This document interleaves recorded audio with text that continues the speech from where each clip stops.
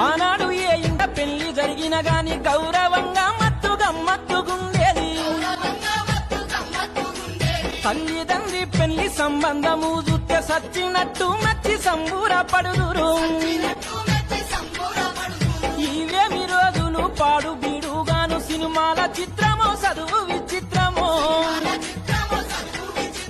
పట్టుమని 10 ఏళ్ళు నిండి ఉంటాయో లేదో లాగుతాడు గడువాడు లవ్వాని అంటాడు. వాయి వరిసే ఉంటే ఆ రోజుల్లో సాటు మాటు సరసమాడేది.